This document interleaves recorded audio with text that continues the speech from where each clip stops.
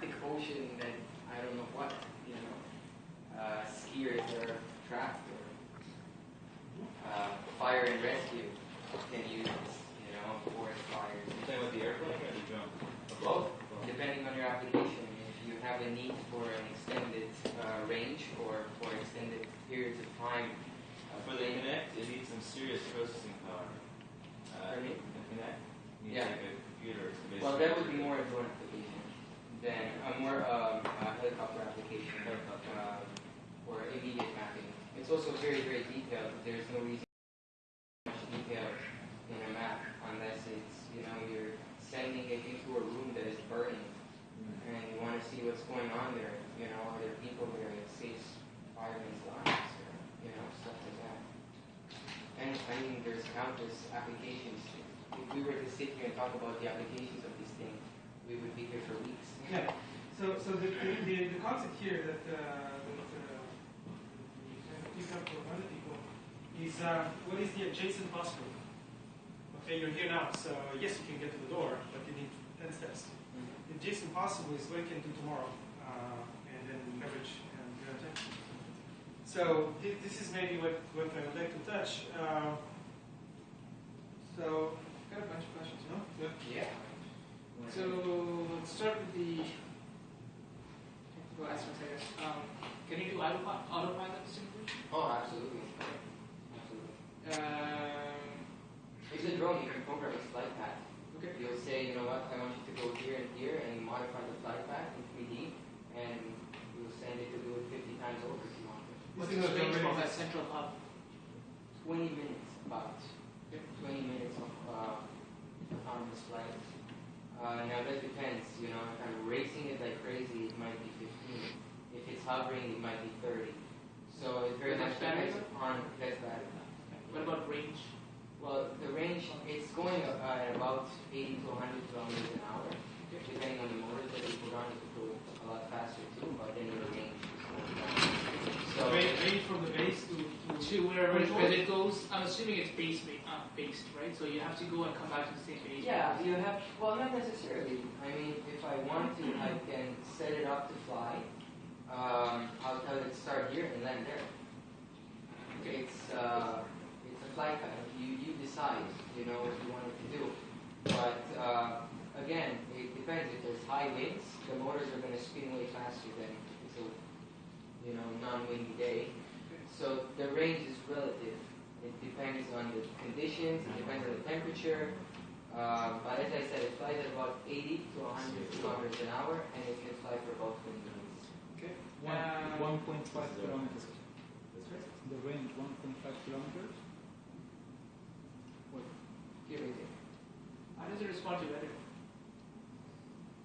You should not fly it in winds higher than 15 kilometers, 15 to 20 kilometers an hour. I mean, you can, but, you know, the gimbal will stabilize your footage. It'll be fine, but it will not be as precise. So I have a GPS on it. I have all kinds of sensors on it. If it's going to struggle with the wind continuously, it's going to have a hard time maintaining the flight path that I give it. So, Extreme cold, extreme hot, weather, rain, and so forth. look, it can fly in rain, it can fly in snow. It's not ideal conditions. You can manage. It depends. If it's torrential rain, I don't have to fly in torrential rain because I can't see anything I'm filming to begin with. You know what I mean? I can fly through snow, but if it's a crazy snowstorm, you don't see a meter in front of you. I filmed through snow. You don't see it. So all those things are possible, but really counterproductive for this particular application, which is the filming. Yeah. How high does it go? As high as your battery will take it. You know, I mean, when your battery life is at 50%, you better come back down. But the plane itself, you know. But is something about atmospheric pressure? Atmospheric pressure? No, I mean, like 1,000, 2,000 meters? It'll fly as high as a helicopter will fly. The plane, actually, you can send it up all the way to the stratosphere. You'll see the curvature of the Earth. Okay. But it can't shoot out of space. Well, Well, you can shoot it into space if you want with a weather balloon, and then when the weather balloon pops, it's going to glide down. Okay. Where are we with the regulations? Do you know much? Yeah, regulations are basically right now in Canada and the United States, if it's under 10 kilos, you can fly it. And it's under, yeah, you can fly it. There's no except yeah, well, you gotta use your head. Well, I'm just wondering because if you want to fly in certain specific zones, you have to send a fax to Traffic Canada or whatever, and they will answer within a few minutes. You just tell them where you are, how high you're flying, just to make sure that there's not air traffic that you might collide with. So there's not. does it pose a danger to regular flight traffic?